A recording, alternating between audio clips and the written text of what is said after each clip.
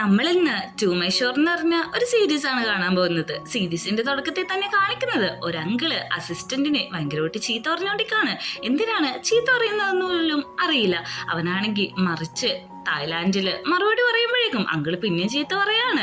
നീ ചൈനീസ് അല്ലേ, ചൈനീസ് ഭാഷയിൽ തന്നെ എന്നോട് സംസാരിച്ചാൽ മതിയെന്ന് നമ്മുടെ നായകനെ കാണിക്കുന്നുണ്ട്. അവന്റെ പേരാണ് ഫാൻ. ഫാൻ ആണെങ്കിൽ പറയുന്നുണ്ട്, എന്നോട് പറയാനുള്ള കാര്യങ്ങള് എന്നോട് തന്നെ പറയണം, അല്ലാതെ എന്റെ അസിസ്റ്റന്റിനെ അല്ല ചീത്ത പറയണ്ടേന്ന്. അങ്കിള് പോയ ശേഷം ഫിയാൻസിയുടെ കാര്യം നമ്മുടെ അസിസ്റ്റന്റ് പറയുമ്പോഴേക്കും അതിനും ഒട്ടും താല്പര്യമില്ലാതെയാണ് ഫാൻ അവിടെ തന്നെ ഇരിക്കുന്നത്. അങ്ങനെ അവളെ കാണാൻ പോയിട്ട് മടങ്ങി നമ്മുടെ ഫാൻ അവിടുന്ന് തിരിച്ചു വരുമ്പോ അവിടെ ഇരിക്കുന്ന രോഗികളുടെ കരച്ചിലും കാര്യങ്ങളൊക്കെ അവൻ കാണുന്നുണ്ട്. ഓരോരുത്തർക്കും ഓരോ പ്രശ്നങ്ങളാണ് അവിടെ ഉള്ളത്. ഒരമ്മയാണെങ്കിൽ കുഞ്ഞിനെ കെട്ടിപ്പിടിച്ചിട്ട് നിനക്കൊന്നുമില്ല, നീ കരയല്ലേ എന്നൊക്കെ പറഞ്ഞ് സമാധാനിപ്പിക്കുകയാണ്. ലിഫ്റ്റിൽ കയറിയ നമ്മുടെ ഫാൻ അവനോട് തന്നെ പറയാണ്, എല്ലാം ബുദ്ധൻ നോക്കിക്കോളും, എല്ലാവർക്കും ഓക്കെ ആവുന്നു.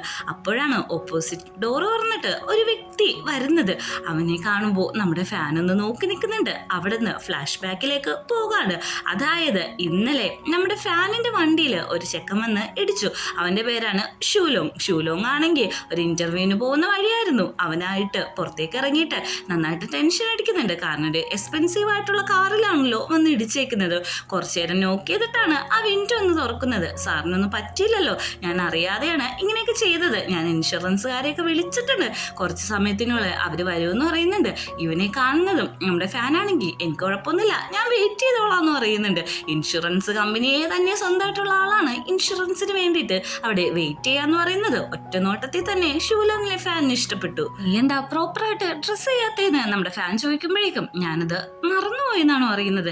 പെട്ടെന്ന് തന്നെ ഫാനാണെങ്കിൽ അവന്റെ ജാക്കറ്റും കാര്യങ്ങളൊക്കെ ഊരി ഇട്ട് കൊടുക്കുന്നുണ്ട്. എന്നിട്ട് കാണാന്ന് പറയുന്നുണ്ട്. ഷൂലോങ് പോകുന്നത് നമ്മുടെ ഫാനാണെങ്കിൽ ഭയങ്കര ക്യൂരിയോസിറ്റിയോടെ നോക്കിക്കൊണ്ടിരിക്കാണ്. ടാറ്റയൊക്കെ കൊടുത്തിട്ടാണ് ഷൂലോങ്ങിനെ അവിടുന്ന് യാത്ര അയക്കുന്നത്. അത് കഴിഞ്ഞാണ് നമ്മളെ തന്നെ കാണിക്കുന്നത്. ഷൂലോങ് ആണെങ്കിൽ ആ ജാക്കറ്റ് തിരിച്ചു കൊടുത്തിട്ടുണ്ടാവും. അതിന്റെ മണം ഒരു റോസ് വൈൽഡിന്റെയാണ്. അത് ഇഷ്ടപ്പെടാതെ നമ്മുടെ ഫാനാണെങ്കിൽ അതങ്ങ് വലിച്ചെറിയാണ്. അസിസ്റ്റന്റിനെ വിളിച്ചിട്ട് പറയുന്നുണ്ട്, എന്നിങ്ങനെ ഒരു വണ്ടി ഇടിച്ചു, 35 മിനിറ്റും 4 സെക്കൻഡും ഞാൻ ലേറ്റ് ആണ്, നിനക്ക് മനസ്സിലായല്ലോ ഞാൻ പറഞ്ഞ എന്താന്ന്. എന്നിട്ട് ആ വണ്ടിയുടെ മോഡലും കാര്യങ്ങളും എല്ലാം പറഞ്ഞു കൊടുക്കാണ്. എന്നാ ചെയ്യേണ്ട പോലെ ഒന്ന് ചെയ്തേക്ക്, അവനെ കണ്ട പോലെ ഒന്ന് കണ്ടേക്കെന്നും കൂടി നമ്മുടെ ഫാൻ പറയാണ്. അത്ര നല്ല ആളൊന്നും അല്ല നമ്മുടെ ഫാനും. ഇതാണ് ഫ്ലാഷ് ബാക്കിൽ നടന്നത്. ആ കാര്യങ്ങളെല്ലാം ഫാൻ ഓർക്കുന്നുണ്ട്. പെട്ടെന്ന് തന്നെ ഷൂലോങ്ങിനെ കണ്ടാവും ചോദിക്കുന്നുണ്ട്, ഒന്നും അറിയാത്ത പോലെ, അയ്യോ എന്തോ പറ്റിയെന്ന്, എന്റെ ദിവസം ഇന്നലെ ഒട്ടും ശരിയല്ലായിരുന്നു. ഇന്നലെ ഞാൻ പാർക്ക് ചെയ്യാൻ പോയപ്പോഴേക്കും ആരോ കുറച്ച് പേര് എനിക്ക് അറിയാ പോലില്ല അവര് വന്ന് തല്ലിയിട്ട് പോയതാന്ന് പറയുന്നുണ്ട്. പെട്ടെന്ന് തന്നെ അവിടെ ഒരു ബഹളമയമാണ്. ഇവർ രണ്ടുപേരും ഓടിപ്പോയി നോക്കുകയാണ് എന്താണ് സംഭവം എന്ന് അവർക്ക് മനസ്സിലാവുന്നില്ല. അപ്പോഴാണ് കുറച്ചു നേരം മുമ്പ് നമ്മൾ കണ്ട ആ അമ്മയും കുഞ്ഞും മരിക്കാനായിട്ട് കയറി നിൽക്കാണ്. കാരണം എന്താന്ന് വെച്ചിട്ടുണ്ടെങ്കിൽ ട്രീറ്റ്മെന്റ് ചെയ്യാനായിട്ടുള്ള പൈസയും കാര്യങ്ങളൊന്നുമില്ല. അതുകൊണ്ട് താഴത്തേക്ക് ചാടി ആത്മഹത്യ ചെയ്യുമെന്ന് ഭീഷണിപ്പെടുത്തിക്കൊണ്ടിരിക്കുകയാണ് അവളുടെ മദർ. ഇത് കാണുന്ന ഷൂലോങ് ആണെങ്കിൽ എല്ലാവരോടും പറയുന്നുണ്ട്, ആ പെണ്ണാണ് ചാടുന്നെങ്കിൽ ആരും പിടിക്കണ്ട, കാരണം നമ്മുടെ കൈയൊക്കെ ഹേർട്ടാവും. ആ കൊച്ചാണ് താഴത്തേക്ക് വീടുന്നെങ്കിൽ അതിനെ നമുക്ക് രക്ഷിക്കാൻ പറ്റുമെന്ന് പറഞ്ഞിട്ട് എല്ലാവരും ജാക്കറ്റ് ഊരി തരാൻ പറയുന്നുണ്ട്. നമ്മുടെ ഷൂലോങ്ങിന്റെ കൈ വയ്യാതിരിക്കുന്നത് കൊണ്ട് തന്നെ ഫാൻ അവന്റെ ജാക്കറ്റ് ഊരി കൊടുക്കുന്നുണ്ട്. അങ്ങനെ എല്ലാവരും ആണെങ്കിൽ കോപ്പറേറ്റ് ചെയ്യുന്നുണ്ട്. എല്ലാവരും ഒരു ബെഡ് പോലെ അവിടെ അറേഞ്ച് ചെയ്തിട്ട് ഒരു തുണി കൊണ്ട് പിടിക്കാണ്. ഫാൻ്റെ കയ്യിലും ആ തുണിയുടെ ഒരു വശം കൊടുക്കുന്നുണ്ട്. നിനക്ക് കൈവേദനയാണല്ലോ, മാറിയെന്നോളാൻ പറഞ്ഞിട്ടും ഷൂലോങ് മാറാൻ തയ്യാറാവുന്നില്ല. സിസ്റ്റേഴ്സ് ആണെങ്കിൽ ആ പെണ്ണിനെ പറഞ്ഞ് സമാധാനിപ്പിക്കാൻ നോക്കുന്നുണ്ടെങ്കിലും അവൾ ആ കൊച്ചിനെ താഴത്തേക്ക് ഇടാണ്. കൃത്യസമയത്ത് നമ്മുടെ ഷൂലോങ്ങും നമ്മുടെ ഫാനും കൂടി ആ കുട്ടിയെ പിടിച്ചെടുക്കുന്നുണ്ട്. കണ്ടവരെല്ലാവരും പ്രാർത്ഥനയോടെയാണ് നിൽക്കുന്നത്. നമ്മുടെ ഷൂലോങ്ങിന്റെ കൈയൊക്കെ വിറച്ചിട്ട് അവൻ ഇപ്പം മരിക്കും എന്നുള്ള രീതിയിലാണ് നിൽക്കുന്നത്. കൊച്ചെന്തായാലും സേഫായിട്ട് രക്ഷപ്പെട്ടു. അവിടെ ഇരിക്കുന്ന എല്ലാവരും ആണെങ്കിൽ ഇവർക്ക് വേണ്ടിയിട്ട് ക്ലാപ്പ് ചെയ്യാണ്. കാരണം നമ്മുടെ ഷൂലോങ്ങിന്റെ ഐഡിയ ആണല്ലോ ഇത്. അവനൊരു ഹീറോയെയും ദൈവത്തെ പോലെയാണ് അവിടെയുള്ളവരെല്ലാവരും കാണുന്നത്. അതുകൊണ്ട് തന്നെ നമ്മുടെ ഷൂലോങ്ങിനോട് നേരത്തെ നമ്മുടെ ഫാൻ പറഞ്ഞിട്ടുണ്ടായിരുന്നു, ഇതെങ്ങാനും സക്സസ് ആയിട്ടുണ്ടെങ്കിൽ ഡിന്നറിന് പോവാന്ന്. അതേപോലെ തന്നെ അവരന്ന് ഡിന്നറിന് പോകുകയാണ്. ഇവര് ഡിന്നറിന് വന്നേക്കുന്നത് ഒരു ജാപ്പനീസ് റെസ്റ്റോറൻറ്റിലാണ്. അങ്ങനെ നമ്മുടെ ഫാൻ ഒരു സിഗരറ്റ് സ്മോക്ക് ചെയ്യുമ്പോൾ ഇത് ഏതാ ഫ്ലേവർ എന്ന് വയ്ക്കുന്നുണ്ട്. നീ തന്നെ സ്മോക്ക് ചെയ്ത് നോക്കിക്കോളാനായിട്ട് കൊടുക്കുന്നുണ്ട്. ഷൂലോങ് ആണെങ്കിൽ അത് കത്തിക്കാൻ നോക്കുമ്പോഴേക്ക് ലൈറ്റർ വർക്ക് ആവുന്നില്ല. ഫാൻ തന്നെ അവന് ഒരു തീപ്പെട്ടി ഉരച്ച് കത്തിച്ചു കൊടുക്കാണ്. ഇത് ഭയങ്കര സ്വീറ്റ് ആണ്, ഇത് എൻ്റെ ടേസ്റ്റ് അല്ലെന്നാണ് നമ്മുടെ ഷൂലോങ് പറയുന്നത്. അങ്ങനെ ഷൂലോങ്ങിന് ഒരു കോള് വരുമ്പോഴേക്കും നീ ഇവിടെ ഇരുന്നോ, ഞാൻ റെസ്റ്റ് റൂമിൽ പോവാന്ന് പറഞ്ഞിട്ട് ഫാൻ അവിടെ നിന്ന് ഇറങ്ങുന്നുണ്ട്. വിളിച്ചിരിക്കുന്നത് വേറെ ആരല്ല, ഷൂലോങ്ങിൻ്റെ ലവറാണ്. ഞാൻ നിന്നെ ഒത്തിരി മിസ് ചെയ്യുന്നു, ഞാൻ അടുത്ത ആഴ്ച വരുമ്പോൾ നിന്നെ കാണാമെന്നൊക്കെ ഫോണിലൂടെ പറയുന്നത് കേട്ട് ദേഷ്യപ്പെട്ടാണ് നമ്മുടെ ഫാൻ അങ്ങോട്ടേക്ക് വരുന്നത്. ഷൂലോങ്ങിനോട് ഫാൻ വന്നിട്ട് ചോദിക്കാണ്, നിന്റെ ഗേൾ ഫ്രണ്ട് ആണോ വിളിച്ചതെന്ന്. അതെ, എൻ്റെ ഗേൾ ഫ്രണ്ട് ആണെന്ന് പറയുന്നുണ്ട്. നിനക്ക് ഗേൾ ഫ്രണ്ട് ഒന്നും ഇല്ല എന്ന് ഷൂലോങ് തിരിച്ചു ചോദിക്കുമ്പോഴേക്കും എനിക്ക് ഗേൾ ഫ്രണ്ട് ഒന്നും ഇല്ല, നിന്റെ ടൈപ്പ് ഏതാന്ന് ചോദിക്കുമ്പോഴേക്കും നിന്റെ ഗേൾ ഫ്രണ്ടിനെ പോലത്തെ എന്ന് പറയുന്നുണ്ട്. ഇത് കേൾക്കുന്ന നമ്മുടെ ഷൂലോങ്ങിന് ബാഡ് അടിക്കുന്നുണ്ട്. അതല്ല പറഞ്ഞ നിന്റെ ഗേൾ ഫ്രണ്ടിന്റെ സ്വഭാവം, ആ ബ്യൂട്ടി, അതൊക്കെയാണ് ഞാൻ ഉദ്ദേശിച്ചത്. എനിക്ക് തായ്ലാൻഡ് ഭാഷ അങ്ങനെ കൃത്യമായിട്ട് അറിയില്ലല്ലോ എന്ന് പറയുന്നുണ്ട്. ഷൂലോങ്ങിന്റെ ഗേൾ ഫ്രണ്ടിന്റെ അനിയത്തി ഉണ്ടെങ്കിൽ എന്നെ ഒന്ന് പരിചയപ്പെടുത്തി തരാനും പറയുന്നുണ്ട്. പക്ഷെ ഇൻട്രസ്റ്റ് ഇല്ലാതെ ഷൂലോങ് അവിടുന്ന് പോകാൻ. ഞാനാണെങ്കിൽ അസിസ്റ്റന്റിനോട് പറയാണ്, ഷൂലോങ്ങിന്റെ ഗേൾ ഫ്രണ്ട് ആരാന്ന് കണ്ടുപിടിക്കുക, എനിക്ക് റിലേഷൻഷിപ്പിന് താല്പര്യമുണ്ടെന്ന്. അങ്ങനെ നമ്മളെ കാണിക്കുന്നത് ഷൂലോങ്ങിന് ഒരു ഗേൾ ഫ്രണ്ട് അല്ല, ബോയ് ഫ്രണ്ട് ആണ്. അവനാണെങ്കിൽ ഒരു മോഡലാണ്. നമ്മുടെ ഫാനാണെങ്കിൽ ഒരു മോഡലിന്റെ ചിത്രം വരക്കാനെന്നുള്ള രീതിയിൽ അവനെ ഇങ്ങോട്ട് വിളിച്ചു വരുത്തിയേക്കാണ്. ഇത് തന്നെ അവന്റെ ബോയ് ഫ്രണ്ട് ആണെന്നോ ഉറപ്പാണല്ലോ എന്ന് അസിസ്റ്റന്റിനോട് ചോദിക്കുന്നുണ്ട്. ഉറപ്പാണെന്ന് പറഞ്ഞതിന് ശേഷം അങ്ങോട്ടേക്ക് ചെല്ലുന്നുണ്ട്. ഇവന്റെ പേര് സിൻസിൻ എന്നാണ്. സിൻസിനോട് പരിചയപ്പെട്ട ശേഷം അവൻ ചോദിക്കുന്നുണ്ട്, ഞാൻ എന്താണ് ചെയ്യേണ്ടത്. വേറൊന്നുമല്ല, നീ എനിക്ക് മോഡലായിട്ട് ഇരുന്നാൽ മതി. ഞാൻ മെൻസ് ലവ് ചെയ്യുന്ന ഒരു ചിത്രമാണ് വരക്കുന്നത്. നീ എൻ്റെ ഒപ്പം ലവറായിട്ടിരിക്കണം, പക്ഷേ ഫിസിക്കലി കോണ്ടാക്ട് ഒന്നും പാടില്ല. ഞാൻ എന്താണ് ഉദ്ദേശിക്കുന്നതെന്ന് നിനക്ക് മനസ്സിലാവുന്നുണ്ടല്ലോ. നിന്റെ ലവർ എന്താണ് നിന്നെ വിളിക്കുന്നതെന്ന് ചോദിക്കുന്നുണ്ട്. സിൻസിൻ എന്നാന്ന് പറയുന്നുണ്ട്. തലേ ദിവസം ഷൂലോങ് ഫോണിലൂടെ വിളിച്ച അതേ പേര് തന്നെയാണ്. അതിലൂടെ ഇത് തന്നെയാണ് ബോയ് ഫ്രണ്ട് എന്ന് നമ്മുടെ ഫാൻ കൺഫേം ആക്കാണ്.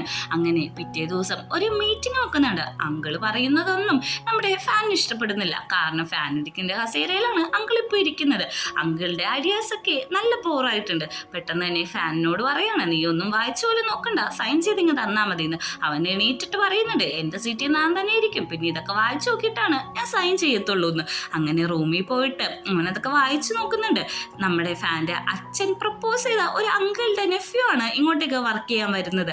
ആ പേര് കാണുമ്പോൾ തന്നെ അവന് ഷൂലുങ്ങിന്റെ പേരായിട്ട് സാമ്യം തോന്നുന്നുണ്ട്. ഷൂലുങ്ങിനെ തന്നെയാണ് ഇൻട്രൊഡ്യൂസും ചെയ്തേക്കുന്നത്. ഇത് കാണുന്ന നമ്മുടെ ഫാൻ പറയാണ്, വിധി നമ്മളെ അകറ്റുന്നില്ല, അടുപ്പിക്കുകയാണ് ചെയ്യുന്നതെന്ന്. അങ്ങനെ ഷൂലുങ്ങിനെ ഫോൺ വിളിക്കുന്നുണ്ട്, എന്നെ ഒന്ന് വന്ന് ഹെൽപ്പ് ചെയ്യോ, ഞാനൊരു കാട്ടില് ലോസ്റ്റ് ആയിപ്പോയിന്ന്.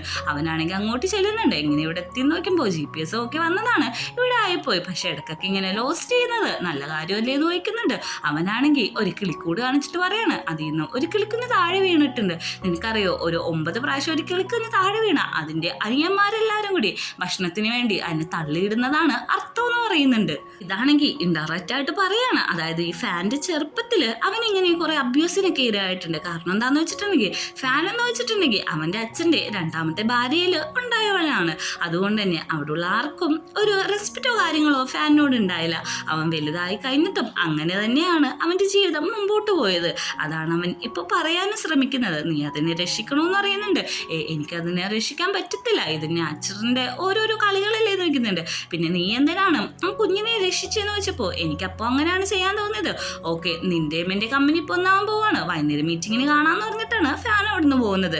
അങ്ങനെ മീറ്റിംഗ് നടക്കുന്നുണ്ട്. മീറ്റിംഗ് സമയത്താണെങ്കിൽ നമ്മുടെ ഫാനാണെങ്കിൽ നമ്മുടെ ഷൂലോങ്ങിനെ നേരത്തെ അറിയാം എന്നുള്ള രീതിയിലാണ് അവിടെ ബിഹേവ് ചെയ്യുന്നത്.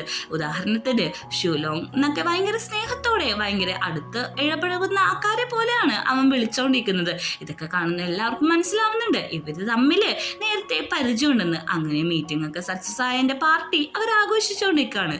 ഷൂലോങ്ങും നമ്മുടെ ഫാനും ആണെങ്കിൽ അടുത്തടുത്തൊക്കെയാണ് ഇരിക്കുന്നത്.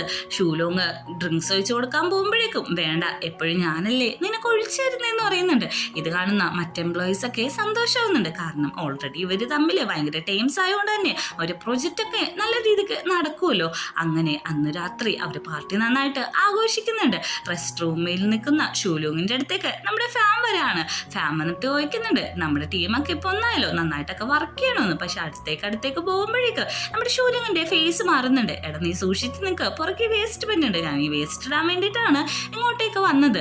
ഇത് നമ്മളെ അടുപ്പിച്ചുകൊണ്ടിരിക്കുകയാണെന്നും കൂട്ടി പറയുന്നുണ്ട്. ഈ ഒരു സീനും കൂടി കാണിച്ചിട്ടാണ് സീരീസ് അവസാനിപ്പിക്കുന്നത്.